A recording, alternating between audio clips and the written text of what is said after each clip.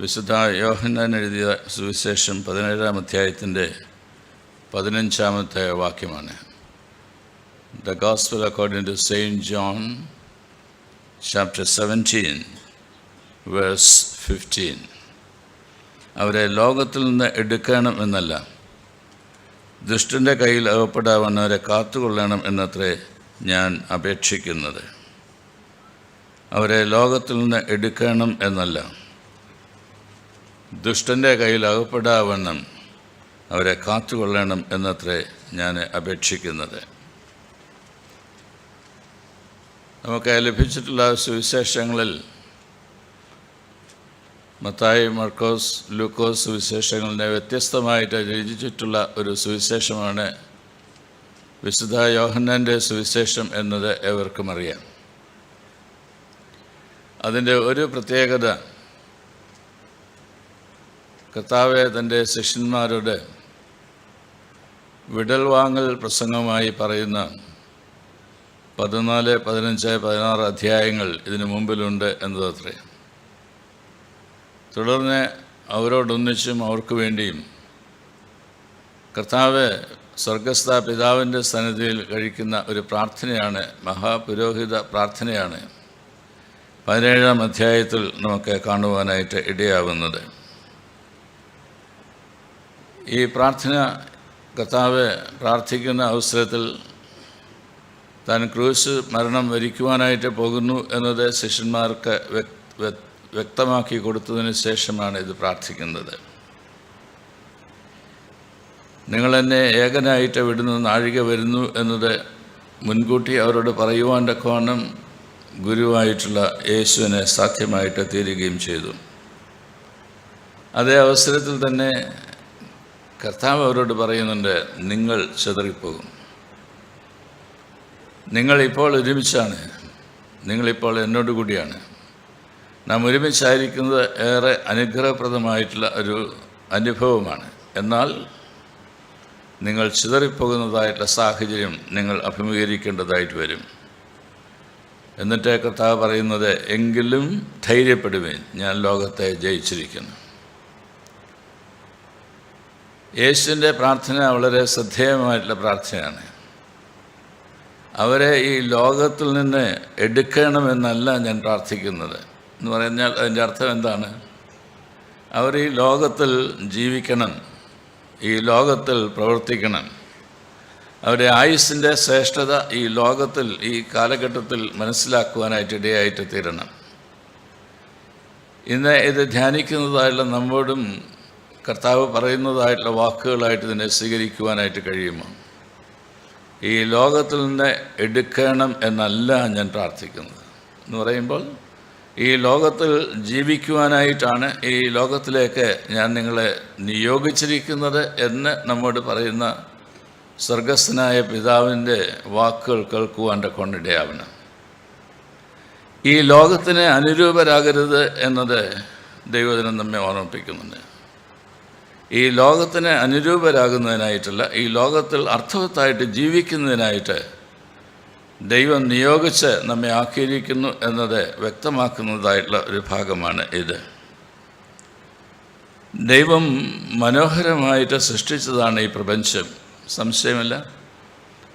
വേദപുസ്തകം വായിച്ചു തുടങ്ങുമ്പോൾ തന്നെ, പഠിക്കുന്നതായിട്ടുള്ള അവസരത്തിൽ തന്നെ എത്രയോ മനോഹരമായി ദൈവം ഈ ലോകത്തെ സൃഷ്ടിച്ചു എന്നുള്ളതിൻ്റെ ഒരു വർണ്ണനയാണ് നമുക്ക് ഉൽപ്പത്തി പുസ്തകത്തിൽ വായിച്ചെടുക്കുവാനായിട്ട് കഴിയുന്നത്. ശ്രദ്ധ ചെലുത്തി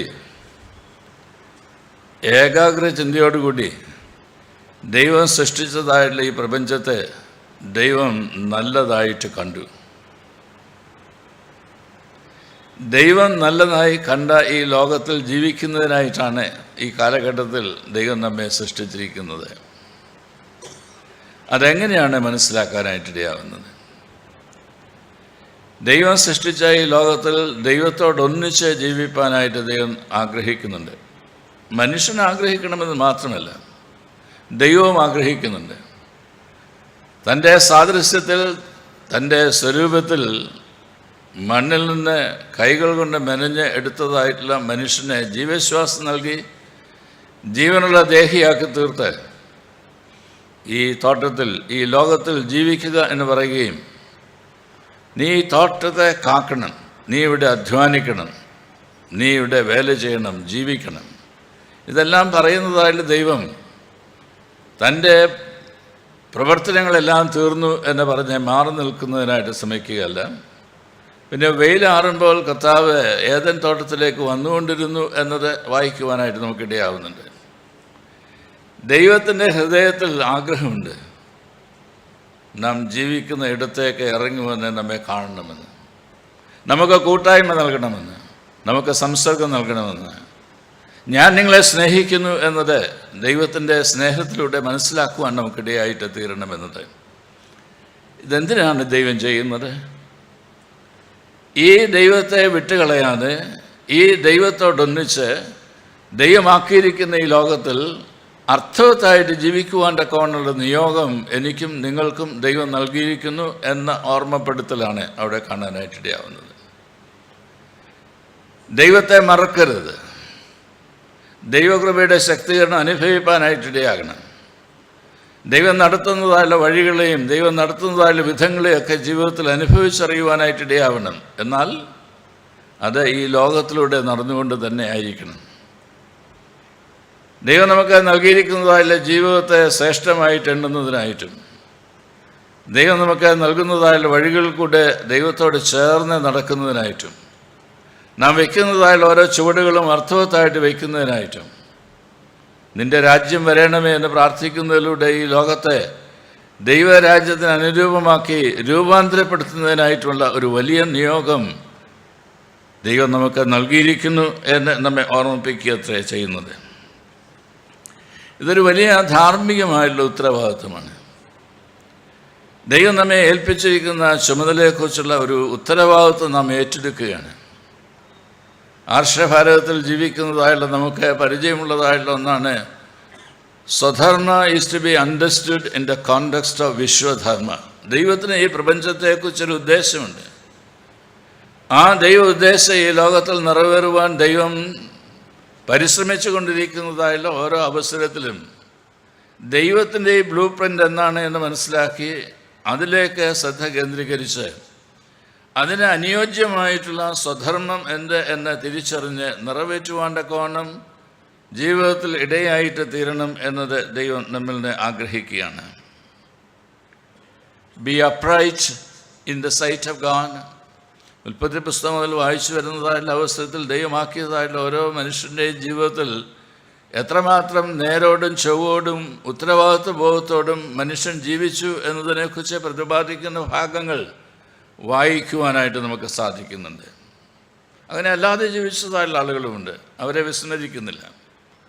എന്നാൽ ദൈവത്തോട് ചേർന്ന് നടന്നു എന്ന് പറയുന്നതായിട്ടുള്ള വേദഭാഗങ്ങളും ദൈവ ഇഷ്ടം നിറവേറ്റി എന്ന് പറയുന്നതായിട്ടുള്ള അവസരങ്ങളും ദൈവത്തെ അനുസരിച്ചു എന്ന് പറയുന്നതായിട്ടുള്ള അവസരങ്ങളെല്ലാം ജീവിതത്തിൽ ശ്രേഷ്ഠമായിട്ടുള്ള അനുഭവങ്ങളായി വേദപുസ്തകത്തിൽ രേഖപ്പെടുത്തിയിട്ടുണ്ട്.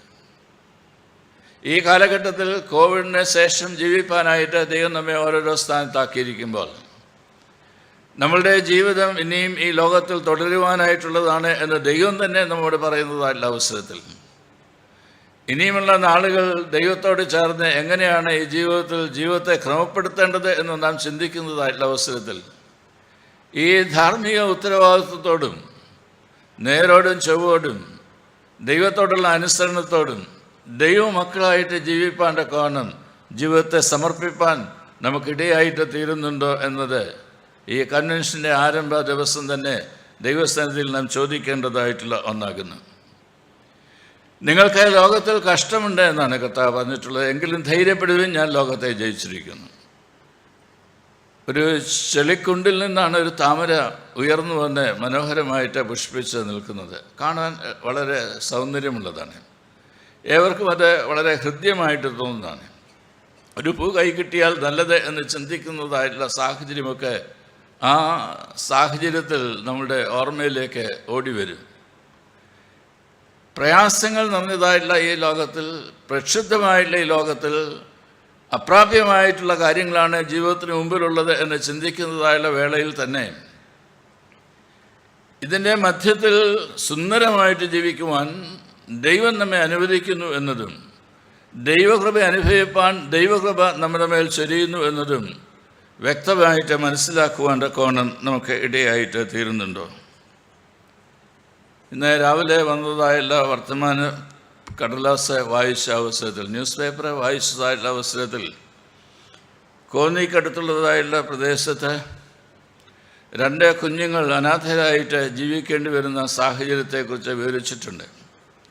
ടീന ബോബി ദമ്പതികൾക്ക് ജനിച്ചതായിട്ടുള്ള 2 കുട്ടികൾ 12 സംവത്സരങ്ങൾ നോക്കി പാർത്ത് പ്രാർത്ഥിച്ച് ദൈവത്തിൽ നിന്ന് പ്രാപിച്ചതായുള്ള 2 കുട്ടികൾ.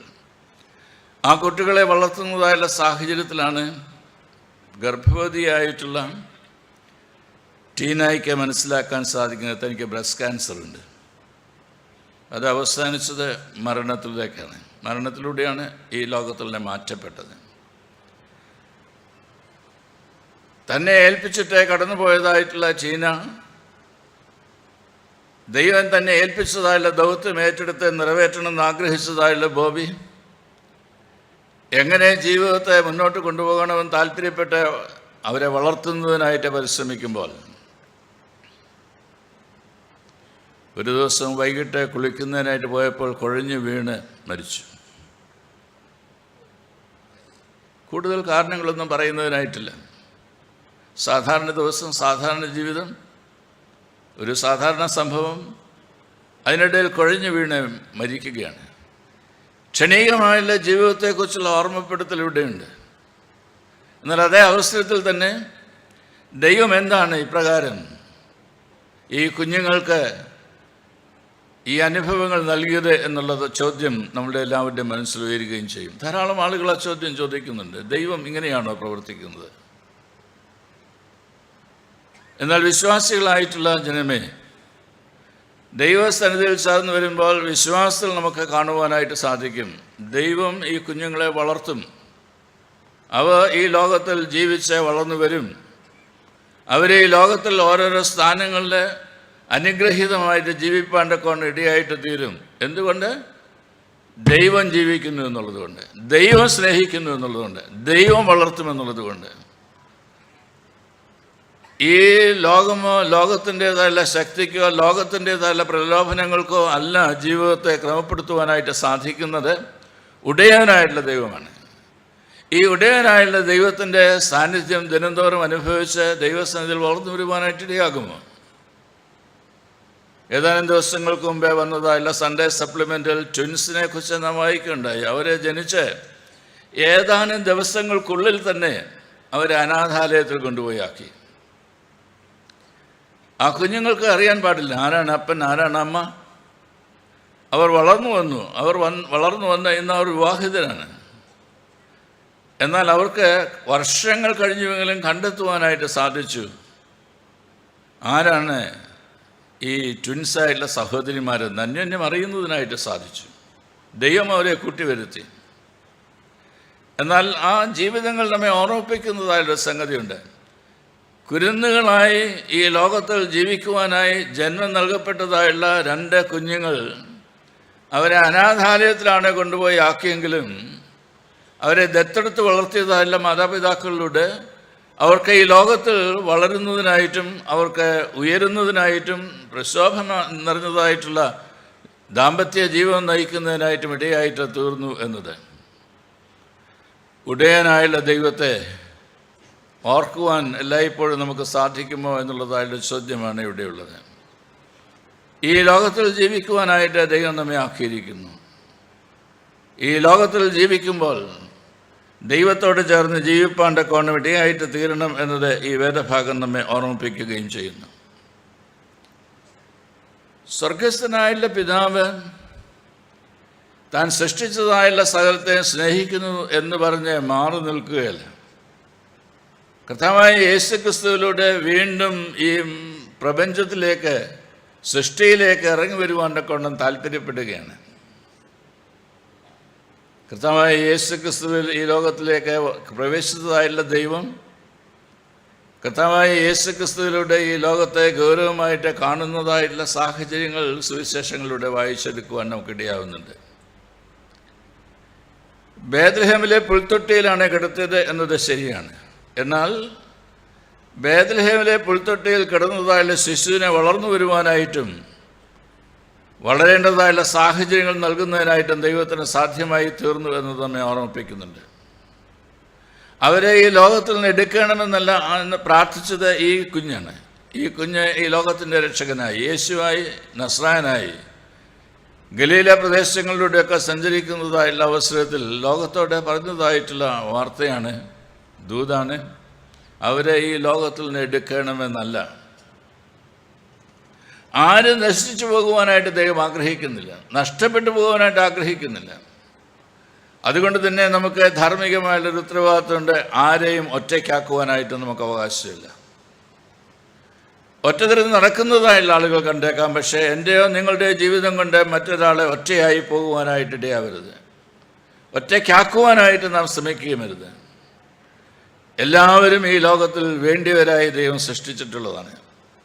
ആ സമസൃഷ്ടങ്ങളെ ഒരുമിച്ച് കാണുന്നതിനായിട്ടും ദൈവസന്നിധിയിൽ ദൈവമക്കളായിട്ട് ജീവിക്കുന്നതിനുമായിട്ടുള്ളൊരു ചുമതലയും ഉത്തരവാദിത്വമാണ് ദൈവം നമുക്ക് നൽകിയിരിക്കുന്നത് എന്നത് ഓർക്കാം. കർത്താവായ യേശു ക്രിസ്തു തൻ്റെ പരസ്യ ശുശ്രൂഷ ആരംഭിക്കുമ്പോൾ തന്നെ പരീക്ഷകളെ നേരിടേണ്ടതായിട്ട് വന്നില്ലേ?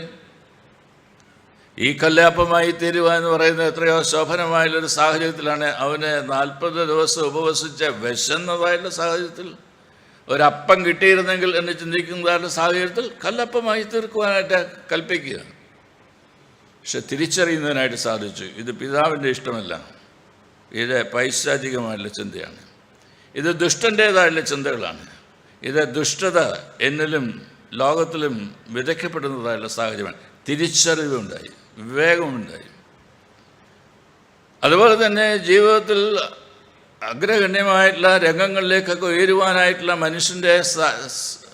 മനസ്സിൻ്റെ സാഹചര്യത്തിലൂടെയാണ് നാം എല്ലാവരും വളർന്നുകൊണ്ടിരിക്കുന്നത്. കോമ്പറ്റീഷൻ, എക്സലൻസ്, ഇതെല്ലാം വളരെ ആഗ്രഹിക്കുന്നതായുള്ള ഒരു തലമുറയിൽ നാം ജീവിക്കുമ്പോൾ ഗോപുരത്തിൻ്റെ മുകളിലേക്ക് ഉയർത്തി നിർത്തിയതിനു ശേഷം താഴേക്ക് ചാടുക എന്ന് പറയുമ്പോൾ ദൈവദൂതന്മാർ നിന്നെ കൈകളിൽ വഹിക്കുകയില്ലേ എന്നുള്ളതായുള്ള ചോദ്യം കൂടി. ദൈവത്തെ പരീക്ഷിക്കുന്നതിനായിട്ടുള്ള രംഗങ്ങളായിരിക്കരുത് മനുഷ്യ ജീവിതത്തിൻ്റേതായുള്ള രംഗങ്ങൾ എന്നത് കർത്താവെ പഠിപ്പിക്കുകയാണ്.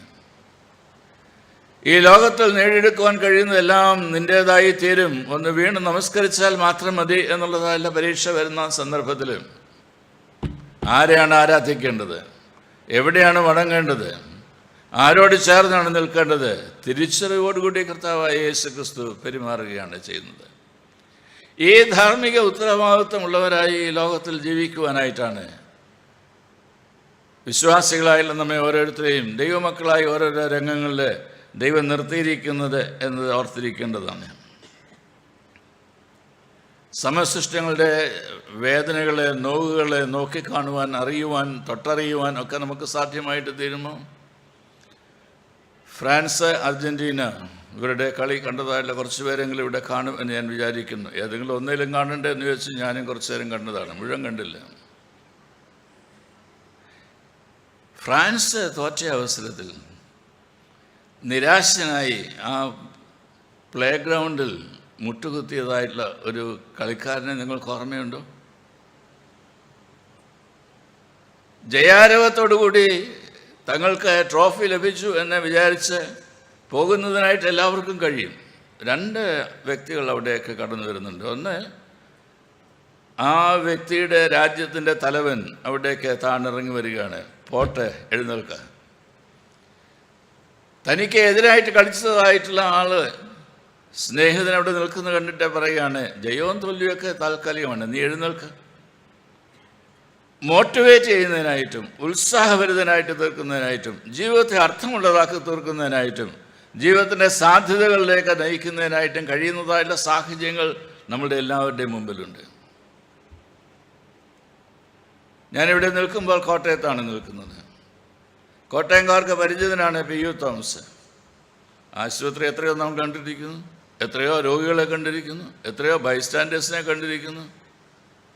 എന്നാൽ അദ്ദേഹത്തിൻ്റെ മനസ്സിൽ ചിന്തയുണ്ടായി, മണ്ണ് തിന്നല്ല മനുഷ്യൻ ജീവിക്കേണ്ടത്, ആഹാരം കഴിച്ച് ജീവിക്കണം. അതിന് കഴിയുമോ? ദൈവം അത് സാധ്യമാക്കും. ആ വിശ്വാസത്തിൽ ഓരോ ചുവടും വയ്ക്കുവാനായിട്ട് ഇടയായിത്തീർന്നതിൻ്റെ ചരിത്രം ഞാൻ വിവരിക്കേണ്ട ആവശ്യകതയില്ല. എൻ്റെ നിങ്ങളുടെയും ജീവിതത്തിൽ വരുന്നതായുള്ള വെല്ലുവിളികളെ അഭിമുഖീകരിപ്പാൻ തക്കവണ്ണം ഇപ്രകാരം നമുക്ക് സാധ്യമായി തീരുന്നുണ്ടോ എന്ന് ചോദിക്കണം. ദൈവം തരുന്നതായുള്ള കാഴ്ചകൾ വെറുതെ തരുന്നതായുള്ള കാഴ്ചകളല്ല, ദൈവം ഇഷ്ടം ചെയ്യുന്നതിനായിട്ട് നൽകുന്ന അവസരങ്ങളാണ്. Moments of God, divine moments, Sacred moments. അവിടെ ദൈവത്തിൻ്റെ കരം പിടിക്കുന്നതിനായിട്ടും ദൈവകൃപ അനുഭവിക്കുന്നതിനായിട്ടും ദൈവത്തെ മഹത്വപ്പെടുത്തുന്നതിനായിട്ടും ദൈവത്തെ വാഴ്ത്തുന്നതിനായിട്ടും ഇടയായിരുത്തുന്ന സാഹചര്യങ്ങളെ സൃഷ്ടിക്കുവാൻ പ്രിയരെ എനിക്കും നിങ്ങൾക്കും സാധിക്കും, ഉത്തരവാദിത്വമുണ്ട്. ഇത് നിർവഹിപ്പാൻ തക്കവണ്ണമുള്ള താല്പര്യം അനുദിനം നമ്മുടെ ജീവിതത്തിൽ വർദ്ധിച്ചു വരുന്നുണ്ടോ എന്ന് നമ്മൾ ചോദിക്കേണ്ടത് ആവശ്യമാണ്. എൻ്റെ വാക്കുകൾ നിർത്തുന്നതിനായിട്ട് തുടങ്ങുകയാണ്. വചനഘോഷണം ഇനി വരുന്നതേ ഉള്ളൂ. ഇത് ഉദ്ഘാടന പ്രസംഗം മാത്രമാണ്. നമ്മളുടെ മനസ്സുകളെ ഉണർത്തേണ്ടതായുള്ള ആവശ്യകതയിലേക്കാണ് ഞാൻ വിരൽ ചൂണ്ടുന്നത്. അവരെ ഈ ലോകത്തിൽ നിന്ന് എടുക്കണമെന്നല്ല എന്ന് കർത്താവ് വളരെ വ്യക്തമായിട്ട് പ്രാർത്ഥിക്കുകയാണ്. എടുക്കാനല്ല ഞാൻ പ്രാർത്ഥിക്കുന്നത്, പിന്നെ അവരെ ദുഷ്ടൻ്റെ കയ്യിൽ അകപ്പെടാവണ്ണം കാത്തു സൂക്ഷിക്കണം എന്നതാണ് ഞാൻ പ്രാർത്ഥിക്കുന്നത്. എവിടെയാണ് പൈശാചികമായുള്ള ചിന്തകൾ നമ്മുടെ മനസ്സിലേക്ക് കയറി വരുന്നത്, നമ്മുടെ ജീവിതത്തിലേക്ക് കയറി വരുന്നത്, നമ്മെ ഇല്ലാതെയാക്കി തീർക്കുന്നത്, സാധ്യതകളുള്ളതായുള്ള ജീവിതത്തെ ഇല്ലാതെയാക്കി പരാജയപ്പെടുത്തുന്നത്, ഇത് തിരിച്ചറിയുവാനായിട്ട് നമുക്ക് സാധിക്കണം. നന്മയും പ്രസാദവും പൂർണ്ണതയുമുള്ള ദൈവഹിതം ഇന്നൊന്ന് തിരിച്ചറിഞ്ഞ് മനസ്സുബുദ്ധിക്ക് രൂപാന്തരപ്പെടുവേൻ എന്നെ പൗലോസപ്പോസ്തലൻ റോമർക്ക് എഴുതിയതായുള്ള ലേഖനത്തിലൂടെ നമ്മോട് പറയുന്നതായിട്ടുള്ള അവസരത്തിൽ ജീവിതത്തിന് ഒരർത്ഥം കുറിക്കുവാനായിട്ട് കഴിയുന്നത് ദൈവത്തെങ്കിലേക്ക് തിരിയുന്നതായിട്ടുള്ള അവസരത്തിൽ മാത്രമാണ് എന്ന് നമ്മെ ഓർമ്മപ്പെടുത്തുകയാണ്. നന്മയും പ്രസാദവും പൂർണ്ണതയുമുള്ള ദൈവഹിതം ഇന്നൊന്ന് തിരിച്ചറിഞ്ഞ് മനസ്സുബുദ്ധിക്ക് രൂപാന്തരപ്പെടുവേൻ. അവിടെ പറയുന്നുണ്ട്, ഈ ലോകത്തിന് അനുരൂപരാകാതെ ഈ ലോകത്തിൽ ജീവിക്കുവാനായിട്ടാണ്, ചവിട്ടി നടക്കുവാനായിട്ടാണ് ഈ ലോകത്തിലാക്കിയിരിക്കുന്നത്. എന്നാൽ ദൈവവുമായിട്ടുള്ള അകലം വളർത്തുന്നതിനായിട്ടല്ല, അകലം കുറച്ച് ഞാൻ ദൈവത്തിലും ദൈവം എന്നിലുമായിരിക്കുന്ന സൗഭാഗ്യകരമായിട്ടുള്ള അനുഭവം ജീവിതത്തിൽ ഉളവാകുവാൻ തക്കവണ്ണം ദൈവകരങ്ങളിൽ സമർപ്പിക്കുക അത്രേ ആവശ്യമായിരിക്കുന്നത്.